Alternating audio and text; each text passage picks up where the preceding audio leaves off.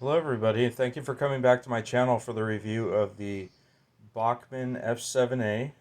And this locomotive comes, at least for me, it came in the Super Chief starter set. And it is okay, it's acceptable. I'm going to go into just a couple things here. The detail is pretty average. For example, if you look on the front there, they have the huge hole in the pilot for previous versions, which, you know, kind of screams out. We used to have truck mounted couplers, but now we have body mount couplers. So this one does have body mount couplers, but they have the huge hole in the front there on the pilot. Um, there's not a whole lot to say about this guy. I'll show you. The running is pretty average. I'll show you a couple things here. It does have dual brass flywheels, but the performance, it doesn't say flywheel at all. You'll see. So let's pull it out of the 9 3/4 inch radius siding here. There we go, and see it just kind of jumps a little bit, but you can get it down kind of sort of slow here. Let's see. There we go. That's about as slow as you're gonna reliably get out of this one.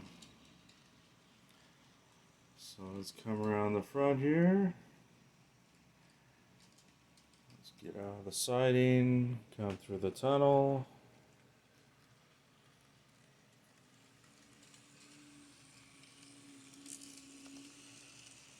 So let's pull it out on the main, flip the switch, and here's what I'm talking about, the flywheel. Bring it to a dead stop real quick. See how it just jerks to a stop? It's almost like there's no flywheel, but in a couple minutes I'll show you the flywheel situation. So there he comes. I mean, it's okay. I have no regrets. Spending the $100 on the starter set, because I got a couple little basic pieces of rolling stock with it, and I always loved that old yellow top caboose. So let's bring it around the front here. Show you what she looks like coming down the straight.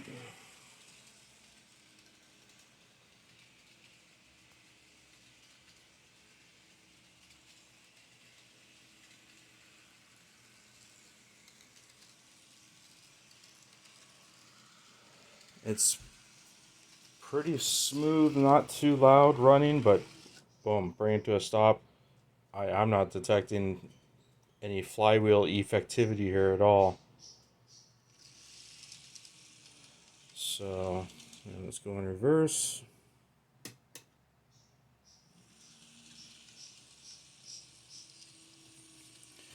And like you saw, it does take a bit of throttle. It doesn't just start creeping as you increase the throttle. It just kind of, there we go.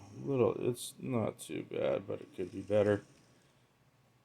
What's odd is this thing doesn't perform nearly as well at slow speeds as my Bachmann GP40, which is made around the same area. I believe this F7 came out around this revision of it came out around 2013.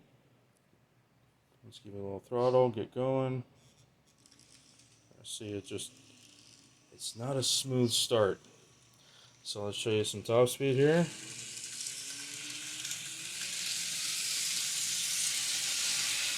There you go, that's maximum throttle.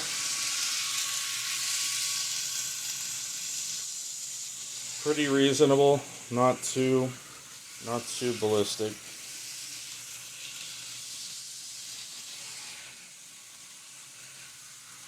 Alright, well there we go. Bring it back around, take them off the track. Put the camera on the tripod, I'll show you what's going on underneath. Tripod mount. Bear with me a second. There we go. Okay. So here's the bottom of the locomotive, and you can clearly see Let's get a focus. There we go. You can clearly see the two brass flywheels in there, but man, it's like they weren't there. I don't know what the deal is with that. And the trucks pull right off. You can see the little focus, little brass leaf contacts there that brush along directly to the chassis to provide currents. Huge hole in the pilot. So they could have done a little better. It would have been nice to have a lens or something over these portals on the side, because basically when you look through them you just see directly the die-cast chassis there.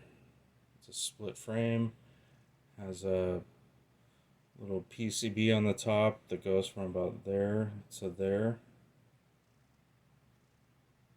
So there you go, guys. Thank you for checking out the little micro review of this Bachmann F7A, and stay tuned because we got a couple things coming. In a couple weeks I'm going to start building 1x6 foot switching layouts, and also I'm going to be doing something pretty unique to a caboose today, and when I'm done with it, it won't be a runner. So stay tuned for the video that'll be coming on that one. It's actually going to become a part of my scenery. Alright guys, we'll keep you posted.